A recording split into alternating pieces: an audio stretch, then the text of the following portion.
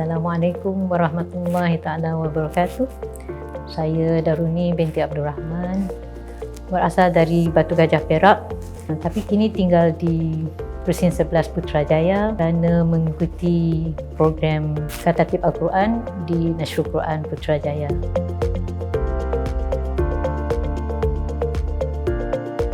Jadi saya bermula terlibat dengan kursus ini sejak daripada hari pertama kursus ini dijalankan. Kalau tak silap saya 19 Ogos 2019. Kemudian memang program ini satu program yang sangat istimewa sebab dia lain daripada yang lain. Apabila kita lihat kan kandungan kursus tu dia meliputi bukan sekadar perkara utama dia tajwid, tapi dia juga melibatkan sejarah penulisan Al-Quran. Jadi dengan banyak skop ilmu Al-Quran itulah yang disampaikan oleh Syekh Abdullah Sobhi.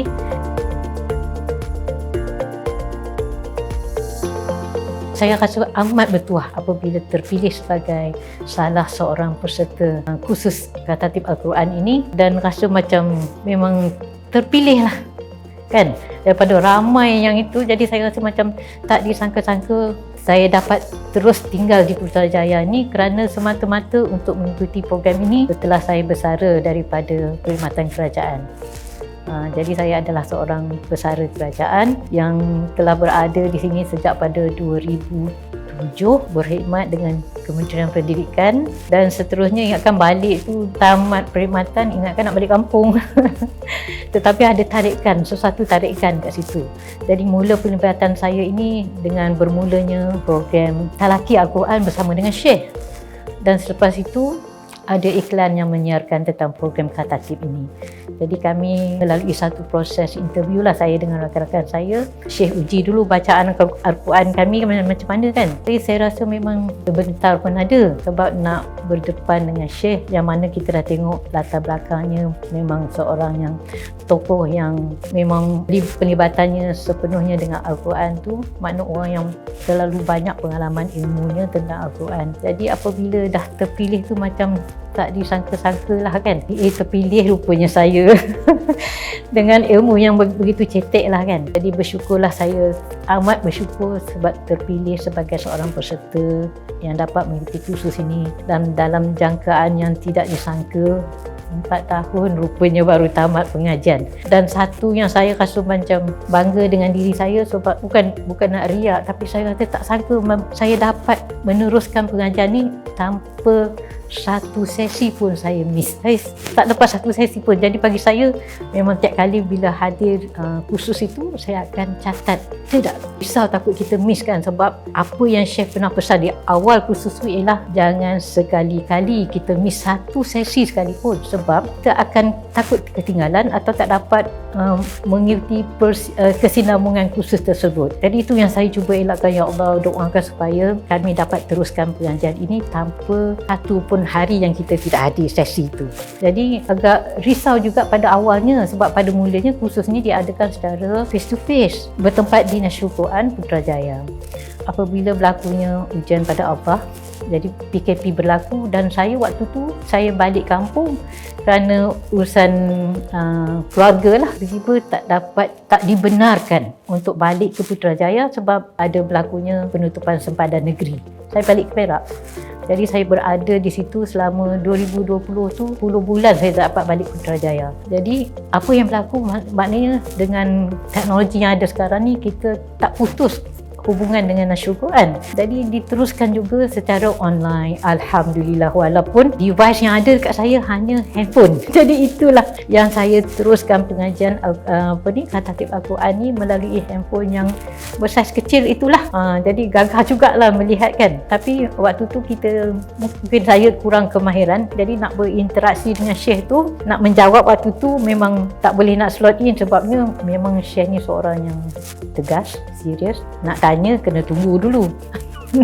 Apabila ditanya baru boleh kita tanyalah soalan kan. Jadi semasa Syekh menyampaikan ceramahnya, khususnya itu jangan diganggu sebab tujuan dia ialah untuk kita fokus kepada apa yang telah disampaikan, apa disampaikan dalam setiap slot itu. Jadi saya lihat kat situ memang kandungan skop kursus ni begitu luas. Walaupun kita belajar dalam tempoh 4 tahun itu, bagi saya ilmu itu terlalu luas dan banyak lagi yang perlu saya pelajari.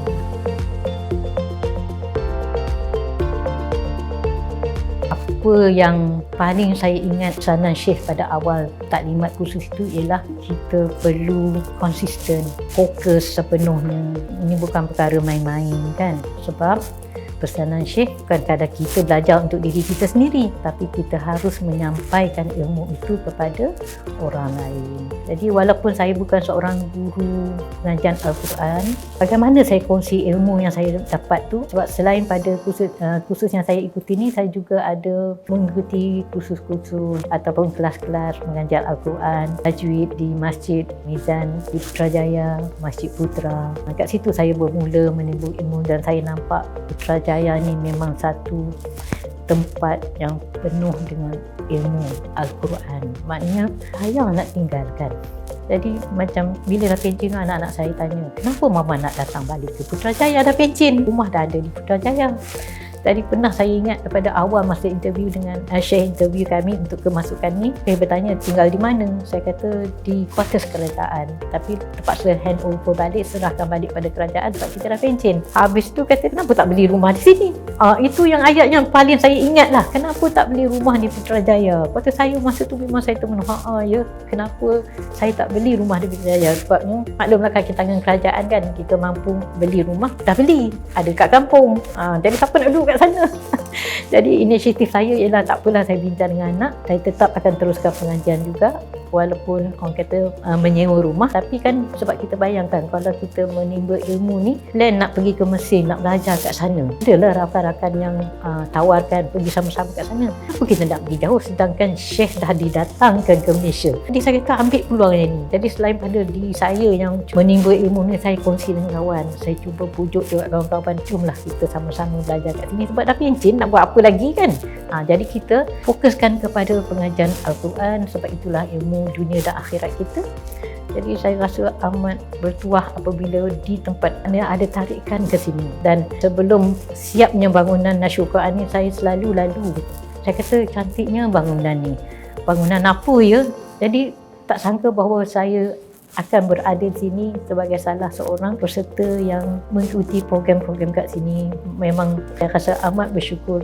Di situlah tarikan sebenarnya kan, rezeki yang Allah berikan. Jadi saya bersyukur sangat-sangat saya terpilih untuk mengikuti kursus ini dan insya-Allah saya akan sambung seterusnya untuk intake yang kedua bagi tahun 2023 insya-Allah.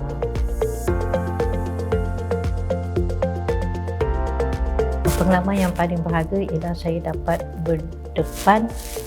mendapat ilmu secara direct daripada seorang ilmuwan, Syekh Abdullah Safi, juga merupakan pengarang kepada kitab yang kita pegang sebagai panduan untuk mempelajari tajwid Al-Quran. Itu yang paling istimewa. Bukan semua orang dapat peluang tu. Jadi bagi saya itulah yang paling berharga bagi saya. Sebabnya berada di tempat, betul-betul di tempat kita sendiri. Jadi tak payah kita pergi jauh lah. Tak payah keluar negara untuk mencari ilmu itu sedangkan penulis tu ada di sini.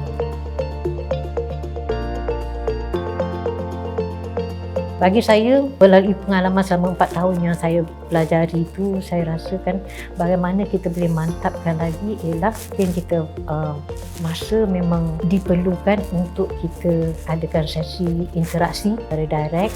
Walaupun pada awal ni dulu kita ada secara kumpulan kecil, macam mana kita nak jadikan pembelajaran itu lebih berkesan. Jadi kita buat interaksi, walaupun sekarang sebenarnya kami dibahagikan kepada kumpulan.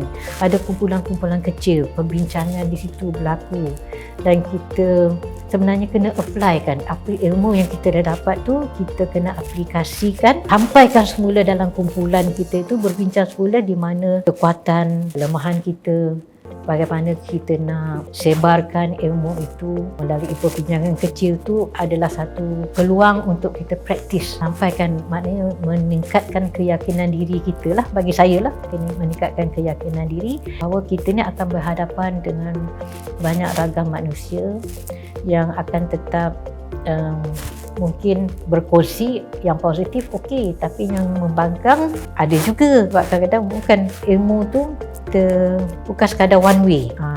Dia ada dua hala. Apabila kita boleh berinteraksi, berkongsi, jadi boleh meyakinkan diri kita tentang perkara baru yang kita pelajari.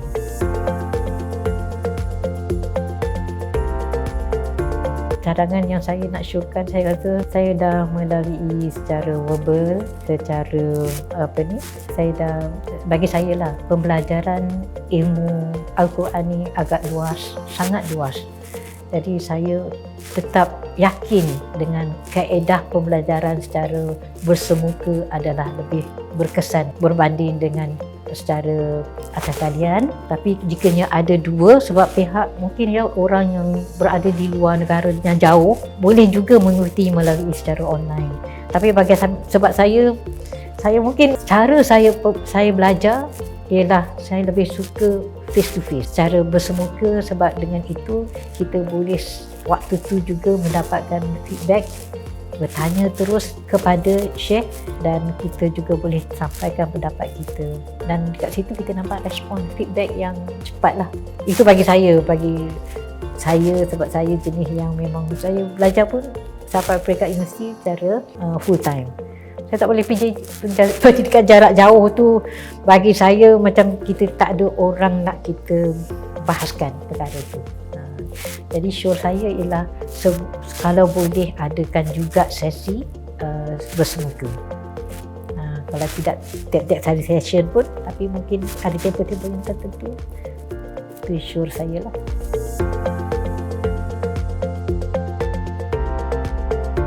Satu yang saya tak dapat lupakan iaitu Syekh kata, dia bagi sikit je sebenarnya. Setiap peserta yang ada dalam kursus ini mesti ada anak murid. Memang kat situlah cabaran yang saya hadapi. Macam mana nak cari paling tidak 10 orang anak murid ni, kan? Jadi apa yang saya dapatkan kat situ ialah maknanya ilmu tu bukan untuk kita seorang. Kita dah dapat saluran secara direct, kita perlu kongsi dengan orang lain, jangan simpan untuk diri sendiri, sebab apabila kita memberi, kita akan dapat balik lebih banyak daripada itu.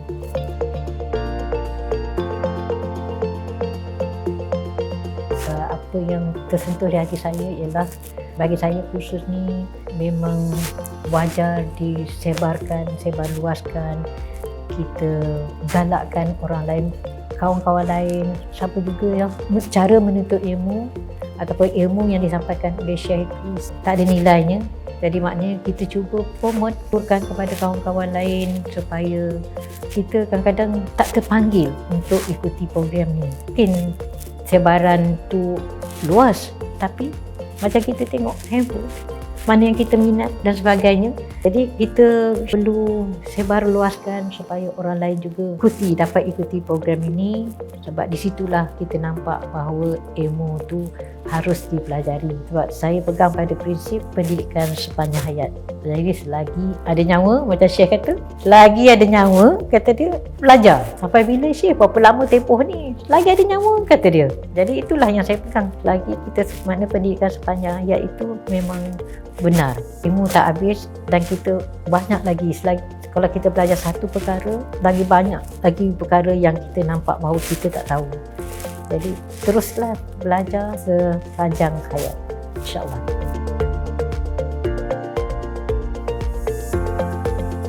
Akhir kalam saya ucapkan ribuan terima kasih khasnya kepada Syekh Abdullah Sabri yang telah menyampaikan ilmunya, yang berkongsi dengan ilmunya pada kami semua, pada Ustazah Yusra yang juga banyak membimbing kami. Jadi yang memang bagi saya perkara itu tak ternilai harganya, hanya Allah yang dapat membalas segalanya. Terima kasih.